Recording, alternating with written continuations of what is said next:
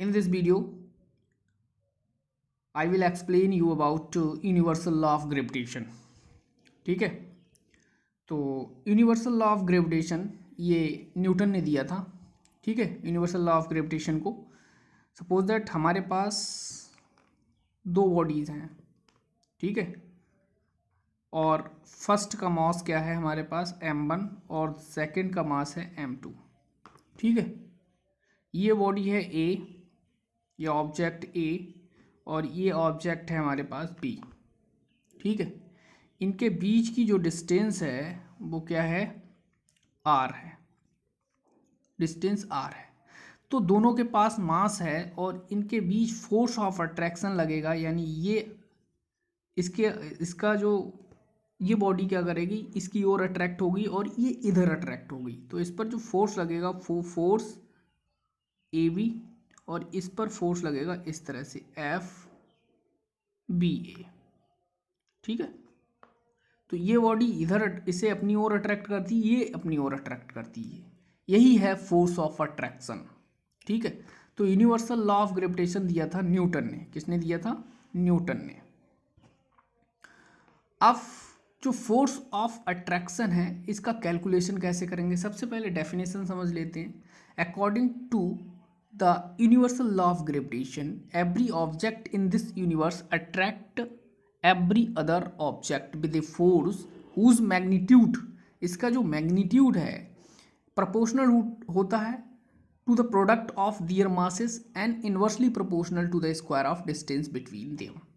यानी जो इनके बीच क्या लग रहा है, फोर्स ऑफ अट्रैक्शन लग रहा है. ठीक है, तो वो force of attraction, the force of attraction, force of attraction है F, वो डायरेक्टली प्रोपोर्शनल किसके होता है, m1 m2, यानी इनके मासेस के प्रोडक्ट के. ठीक है, प्रोपोर्शनल होता है और इनकी डिस्टेंस के स्क्वायर के इन्वर्सली प्रोपोर्शनल होता है. अगर हम दोनों को कंबाइन कर दें, ठीक है, तो F डायरेक्टली प्रोपोर्शनल किसके हो जाएगा, m1 m2 upon r square. तो F इक्वल हो जाएगा, यहाँ कोई ग्रेविटेशनल कांस्टेंट ले लेते हैं, m1 m2 upon r square. G क्या है?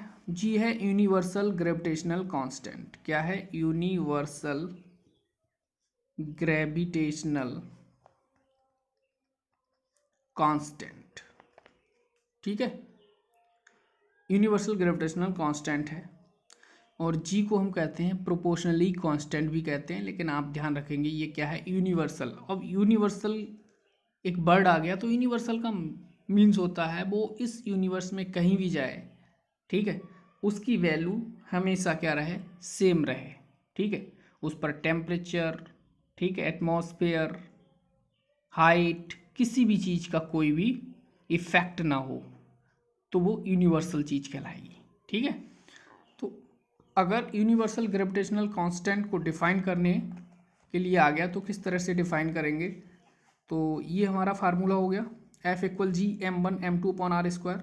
सपोज दैट लेट अगर हम m1 m2 दोनों बॉडी ले लें 1 kg की और उनके बीच जो डिस्टेंस है वो कर दें 1 मीटर का, तो F किसके इक्विवेलेंट होगा, G के बराबर. ठीक है, तो क्या हो जाएगा, the value of gravitational constant G is numerically equal to the gravitational attractive force between the two object when each mass is 1 kg and separated by a unit distance.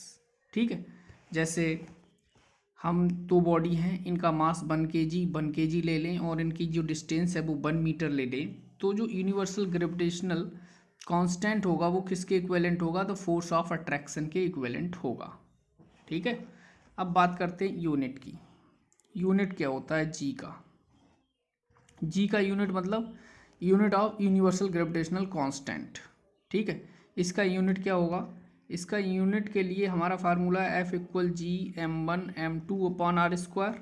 तो G इक्वल हो जाएगा F are square upon m1 m2. ठीक है, तो इसका Newton जो ये force का जो यूनिट होगा वो होगा न्यूटन, डिस्टेंस का होता है metre square upon kilogram square. ठीक है, तो इसका यूनिट हो गया न्यूटन मीटर स्क्वायर किलोग्राम की पावर -2। इसे ऐसे भी लिख सकते हैं, ठीक है, और ऐसे भी। ठीक, तो क्या हो जाएगा newton metre square upon kilogram square.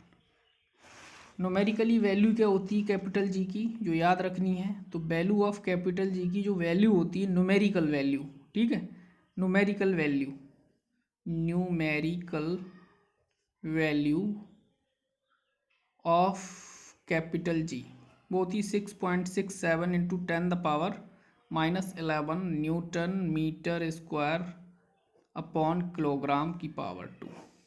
ठीक है, तो ये जो वैल्यू है कैपिटल जी की, ठीक है, ये आप यूनिवर्स में कहीं भी चले जाएं, चाहे अर्थ के नीचे जाएं, चाहे अर्थ सरफेस से ऊपर जाएं, इसकी जो न्यूमेरिक वैल्यू है वो यही रहेगी, डू नॉट चेंज। इसीलिए इसे कहते हैं universal gravitational constant capital G. Capital G की वैल्यू होती है 6.67 इंटू 10⁻⁻11 न्यूटन मीटर पर केजी स्क्वायर। तो ये आपको लर्न कर लेनी है एज इट। और एक फार्मूला ये जरूर आप लर्न कर लेना, F=G m1 m2 upon r square. ठीक है।